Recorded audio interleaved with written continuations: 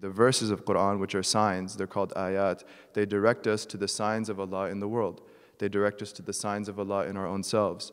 And so, reading those signs, just as when we read language, we identify meaning that language signifies. If I read a word, a sentence, for example, Zayd is standing, I don't just see the Z, A, I, D, and it's just letters and sound, marks on a paper that don't signify anything. If I were illiterate, then that would be the case. But because I'm literate, then alhamdulillah, I can understand Zayd is standing means there's someone named Zayd who's standing. So it signifies meaning. So too, the verses of the Quran are ayat, they signify Allah's oneness.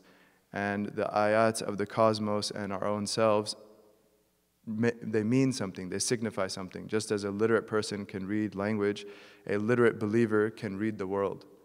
A literate believer can read their own souls. A literate believer, someone whose consciousness is literate, can see what the signs of the world are pointing to. What are they pointing to? Allah's existence, Allah's oneness, Allah's reality, subhanahu wa ta'ala, Allah's awesome majesty, subhanahu wa ta'ala, Allah's immeasurable beauty, subhanahu wa ta'ala. And so from those perspectives, we can all have access.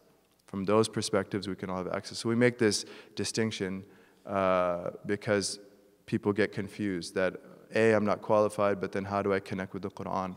Or do I even need to be qualified to connect to the Quran because it's meant for all of us? There's a nuance there.